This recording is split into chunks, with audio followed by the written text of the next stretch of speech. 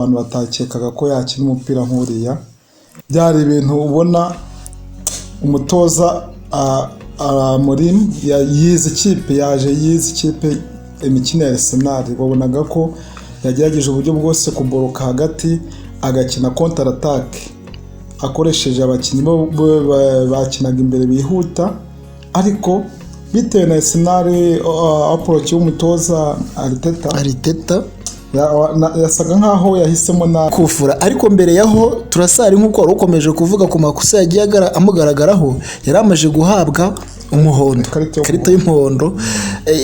Nuko Bruno Fernandes asa nkaho akosora ayo makosa, aca muri humye abo ba defenseur ba Arsenal bamukorera ikosa, noneho habaho gutera kufura. Ibite iyo kufura byatewe bafunze urukuta nabi batuma Gardien atabasha kureba umupira. ariko nge nabonye bari abantu bari ku rukuta, iyo basa nkaho bazamukamo hejuru batanze nk'icyuho. Uno mukinnyi rwose Bruno Fernandes arabareba rwose, akabanyuzaho hejuru rwose, agapira karagenda gahita kajya mu izamu, n'ahandi kageze gute, n'ahandi gakatiye. Ariko tutagenda kure, Man U ni ikipe tuzi ko ikintu ni ikipe nawe ko kuyivamo ntago ko ngo ni ikipe ibizi gukina, ahubwo ni amahirwe. Ni ikibuga kigoranye cyane, ifite abadefenseri beza, ifite umudefenseri mwiza cyane ushobora gutoranya mu badefenseri beza, ifite buri kimwe cyose. Iyi kipe nubwo abantu bayitezwe iminsi bavanga izava muri Big 4, mbona amaherezo izagumamo. Abantu baravanga izavamo ngira bayikayitega iminsi, bakayitega amakipe akomeye, habanje kujya Arsenal inganyirizayo, hagiyeyo Man City bayitsindiyeyo.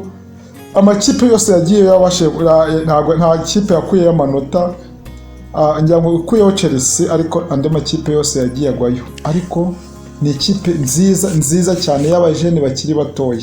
Yindi kipe sanga abafana babyunuba cyane, akabati ibingibi birakabije cyane, ahubwo bigiye kureka kuba derby, ahubwo biba umukino usanzwe bitewe nuko tubona umukino kugenda. Yes, ngayo nguko rero, ayo niyo makuru tugiye kuza twibandaho. Iyo yari Sports Vibe, tuvuga mu ncamake ibyo tuza kuza kuvugaho. Iyi ni Truman, wowe usanzwe kuri no muyoboro wacu, tuguhaye ikaze rwose. Wisanga rwose, we wamaje gukora subscribe uruwa gaciro rwose kuri no muyoboro wacu. Nawe kandi ukihagera bwa mbere narirarenga rwose, nawe ubishatse wakanda kuri subscribe kugira ngo uzajye ubona amakuru tuzajya tugenda tukugezaho umunsi ku munsi. Reka twitangirire Theo. Reka twitangirire turebe ikipe ifite abafana benshi cyane ku mugabane w'Ubwongereza no mu Rwanda cyane muri rusange. Arsenal ihura na Man U, ewana bahangana birangira banganyije igitego 1-1. Uyu mupira rwose wawurebye, wabonye wari umeze gute? Umupira mwiza cyane. Aya makipe yombi yatwetse umupira ukomeye kandi mwiza uryoheye amaso, abantu bose bawurebye banezerewe. Man U yaje itunguranye mu buryo abantu batakekaga ko yakina umupira nk'uriya.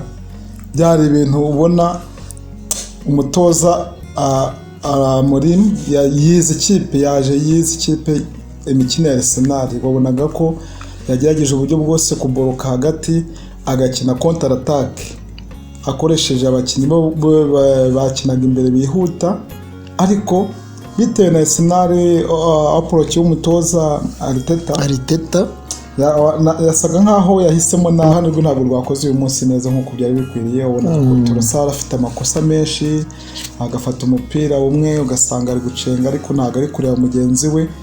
Byibuze ntabwo na Waneri uko yagerageje kose wabonaga ko hari akantu, naho Martinelli yinjiyemo wabonye ko byibuze hari akantu, ariko Man U ikintu yakoze yagerageje uburyo bwo kubanza igitego Arsenal, byatumye byibuze mu mukino ibasha gukontrola umukino. Yego, reka tubibutse yuko ino Man U yaje kugira gutya itsinda igitego 1 ku munota wa 46, guma ngo yari umunota bari bashyizeho w'inyongezo. Nuko baza gutsinda igitego rwose ari Bruno Fernandes wari ugitsinze kuri kufura ariko mbere yaho turasari nk'uko wari ukomeje kuvuga ku makosa yagiye amugaragaraho yari amaje guhabwa umuhondo karita y'umuhondo nuko Bruno Fernandes asa nkaho akosora ayo makosa aca muri humye abo ba defenseur ba Arsenal bamukorera ikosa noneho habaho gutera kufura ibite iyo kufura byatewe bafunze urukuta nabi batuma Gardia atabasha kureba umupira ariko nge nabonye bari abantu bari ku rukuta iyo basa nkaho bazamukamo hejuru batanze nk'icyuho uno mukinnyi rwose Bruno Fernandes arabareba rwose akabanyuzaho hejuru rwose agapira karagenda gahita kajya mu izamu n'ahandi kageze gute n'ahandi gakatiye ariko tutagenda kure Man U ni ikipe tuzi ko ikina n'amakipe akomeye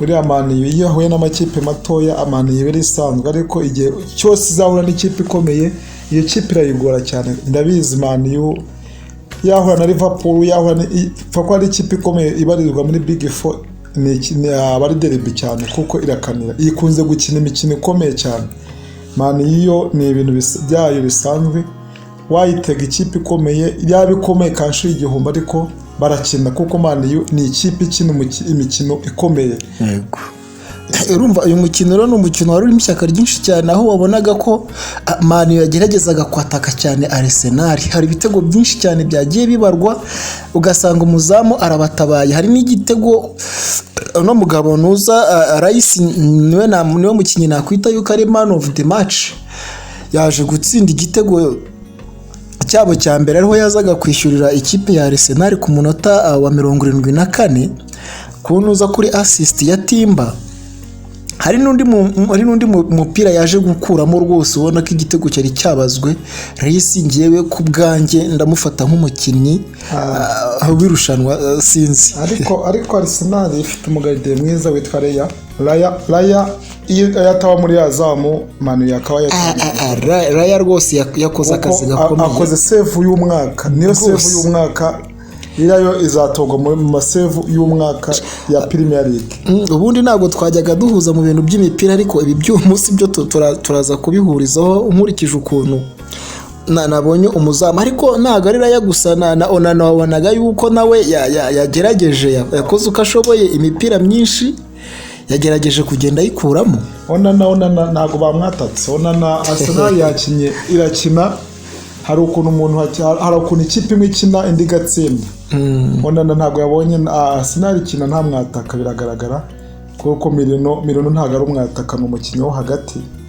urareba n'imikinire yo akina ubona ari hagati cyane ntago ari umwataka ntago ari typical number 9 babandi ubona ntabwo na Man yari ifite zirikize ukabona byibuze ari kugonga na Rasmus Hojlund ukabona byibuze n'abantu bari gukora byibuze ukabona bari gukina mu mwanya wabo ariko Arsenal urajya kuri Milano wajya kuri Manuel wajya kuri ruguru kwa Torsar ugasanga harimo itandukaniro igice cyayo ko abakinnyi batatu bose bakina imbere bari mu mvune kereka Martinelli wari yagarutse uyu munsi kandi nawe ntabwo wabonaga nambaraga afite imipira yakozeho wayibara ariko yaje asimbuye kandi ntabwo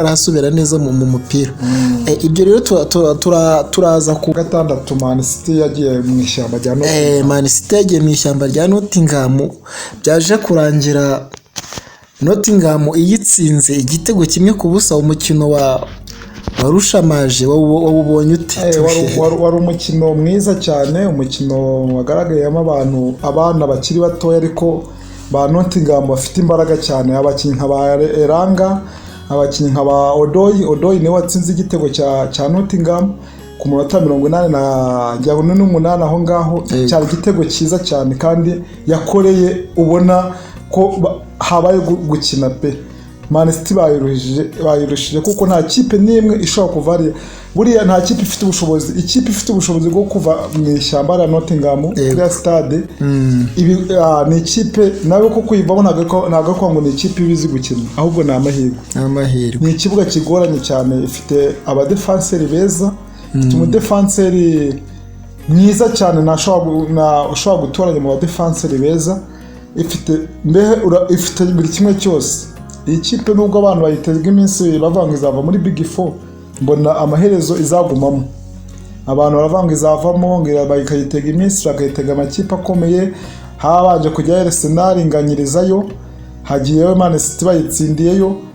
Amakipe yose yagiye yabashe, nta kipe yakuyeyo amanota, ngira ngo ukuyeho Chelsea, ariko andi makipe yose yagiye agwayo. Ariko ni ikipe nziza cyane y'abajene bakiri batoya. Bana, ni ukuvuga ngo iyi Nottingham yaje muri aya makipe ane dusa nkaho tuyisuzugura, turi kuvuga ngo ni iby'akanya gato iraje igende. N'ejo n'umukino ujya gutangira wabonaga yuko amahirwe menshi twari twayahaye Man City gutsinda, ariko nk'uko twabibonye ku minota 43 Nottingham yaje gutsinda, igitego cyaje gutsindwa na Hudson Odoi kuri assist ya Gibb White, bamwita Odoi. urabona ko yaje gutsinda, ariko uyu ni umukino wari urimo ishyaka ryinshi cyane. Nunareba amakarita atukura amakarita y'umuhondo yaje kuba ane ku munota 27. Uyu White waje gutanga assist ku munota 43, ku munota 27 bari bamuhaye ikarita y'umuhondo na Gonzalez wa Man City. Yes, wa Man City yaje kubona ikarita y'umuhondo ku munota 32. Mu bigaragara igice cya mbere cyashoje banganya ubusa ku busa. Igice cya kabiri cyabayeho guhatana cyane, naho nacyo cyaje kubonekamo amakarita 2. Ariko utararenga muri icyo gice cya mbere, uwo bita Gonzalez yateye shoti, ngira ngo ni kubw'amahirwe ya Nottingham, yateye shoti. Mana sinzi ari ukuntu ikipe ifite amahirwe makeya, na Man City nayo muri iyi minsi nubwo abakinnyi bayo bari hasi, ariko ajyanga ifite imyaka muri iyi minsi. Aho De Bruyne ya forume zagiye, ubona Man City yaragiye hasi pe, nta buryo ntaki. Ubwo bagerageje bwose ni amahirwe, nabo bafite amahirwe makeya. Okay. Rero mu gice cya kabiri urabona nacyo cyaje kubonekamo amakarita y'umuhondo 2. Ku munota 56 uyu Manus yaje kubona Nunez yaje kubona ikarita y'umuhondo, ndetse na Yatis baje kubona ikarita y'umuhondo. Nuko umukino rero uza kurangira rwose ari ibitego 1-0. Nottingham bitakaje amanota 3 kandi yarakenewe. Ubu ngubu uyu munsi Man City irasabwa gukora cyane kugira ngo yisange muri Big Four. Deja ubu yavuye muri Big Four ya gatanu. Ubu yavuyemo rwose ikimara gutakazwa no mukino.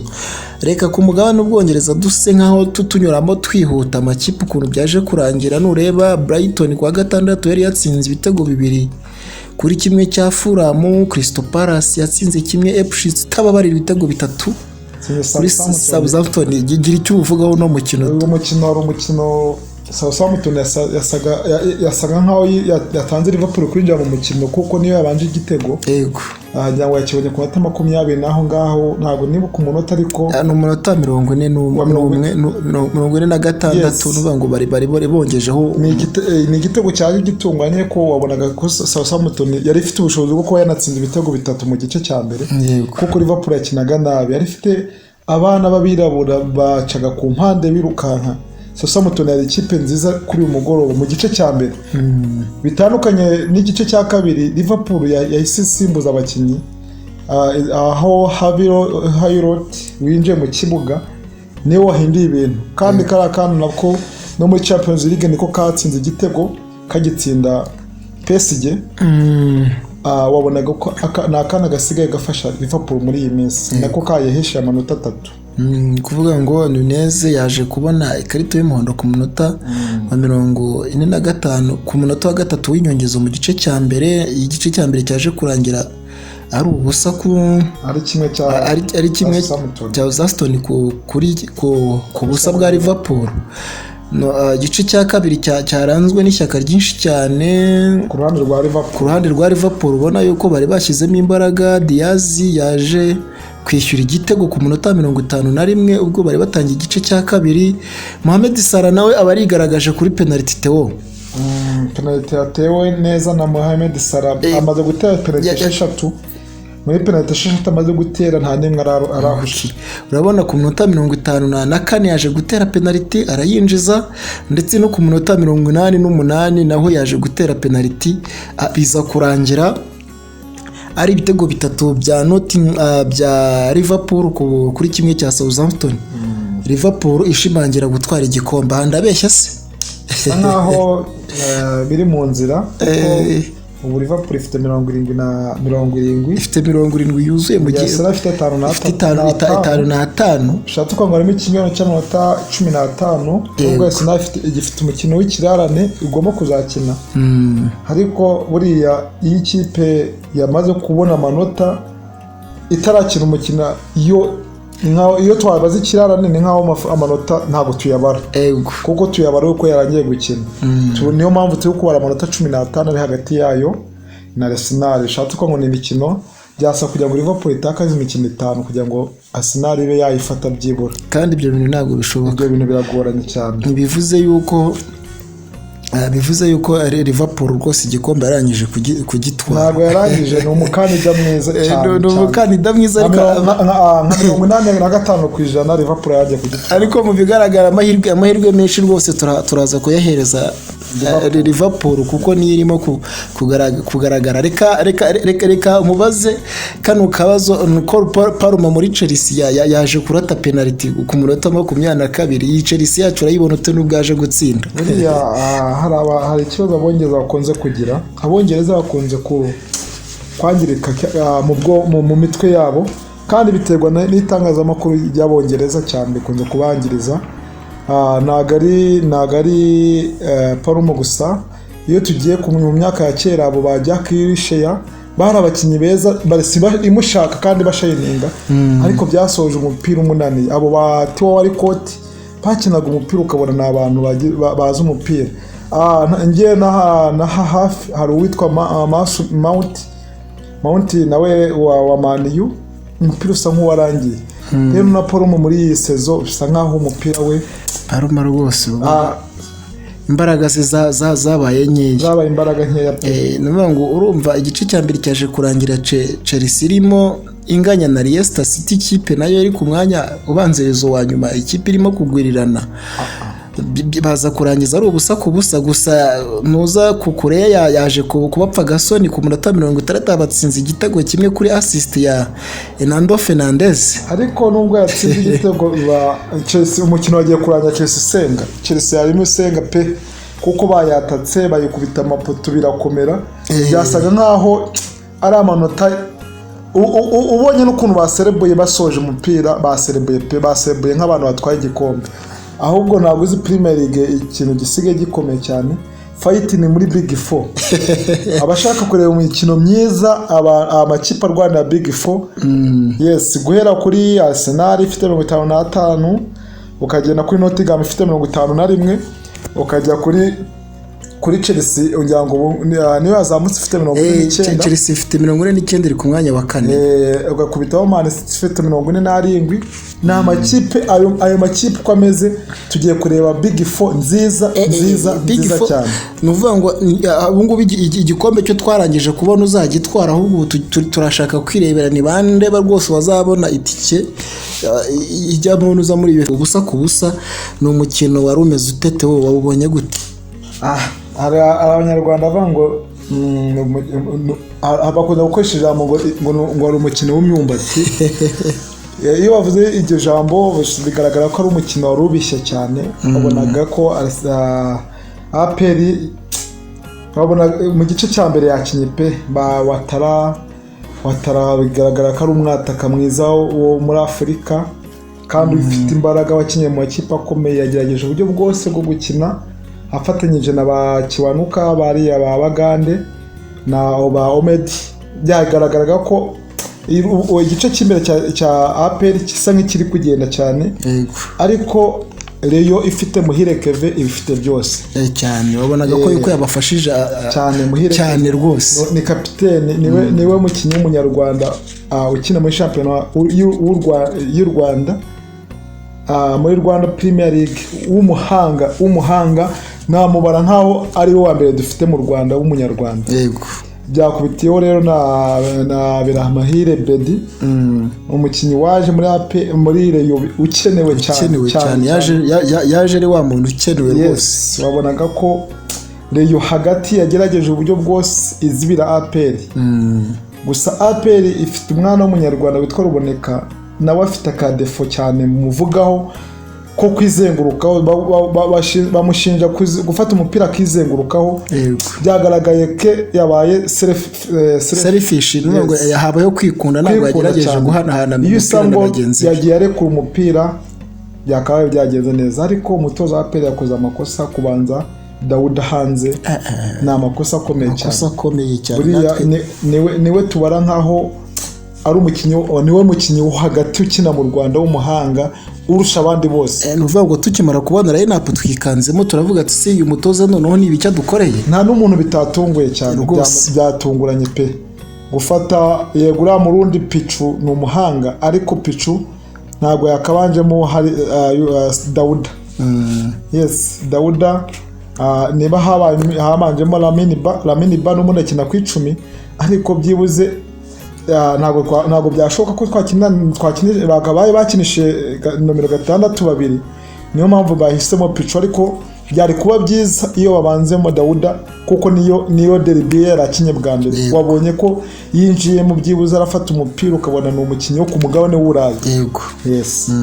Ubuse nuvuga ngo mu Rwanda bidusigira uwuhe mukoro? Nuvuga ngo derby twari dutegereje, amakipe yagombaga kwihuranira akagahangana, akagaragaza ikipe igomba gutwara igikombe yahuye, birangira banganyije amanota 2 barimo gusiganwaho.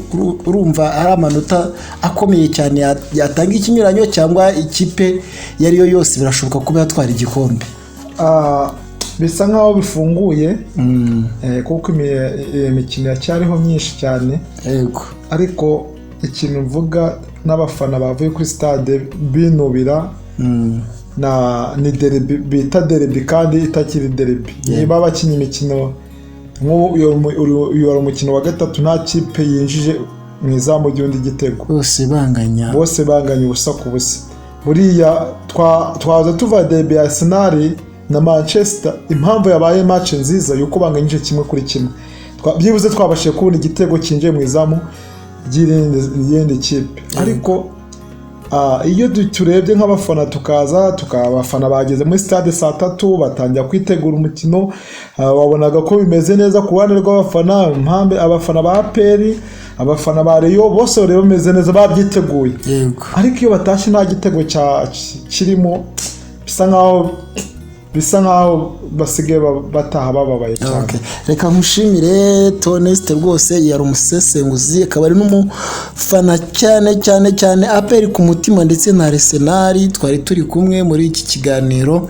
Reka nkushimire wowe baduhaye umwanya wawe urw'agaciro, tukaba tugejeje aka kanya wari ukurikiye ikiganiro cyacu. Rwose tugukuriye sari, banze urebe ko wakoze subscribe kugira ngo amakuru ndetse n'ibindi biganiro byinshi turimo dutegura muratugaya kubera ko tudakorera ku gihe. Uyu munsi turakora, ejo tugasiba, ariko ndabizeza yuko tugiye kubikosora. Buri munsi mugiye kujya murabona ibiganiro bitandukanye, turimo turategura ibiganiro byinshi cyane tuzajya tubagezaho kuri no muyoboro wacu wa Truman TV. Murajya mugenda mubibona uko amasaha agenda yicuma. Iyi ni channel twashyizeho kugira ngo tujye tuganira Sport Vibe, icyo ni icyambere. Ikindi turaza kukibona mu minsi iri buze, ikiganiro cyitwa Tura Hasi. Iki kiganiro turaza rwose kukibagezaho, ni ikiganiro cyiza cyane, ngo nari kirakuza gukurikirana Sport Vibe nakagaruka. Tewose zera abakunzi bacu. Sawa, nanezerewe kuba mwantumiye. Yego kandi nzagaruka. Byari byiza cyane gusesengura, nkunda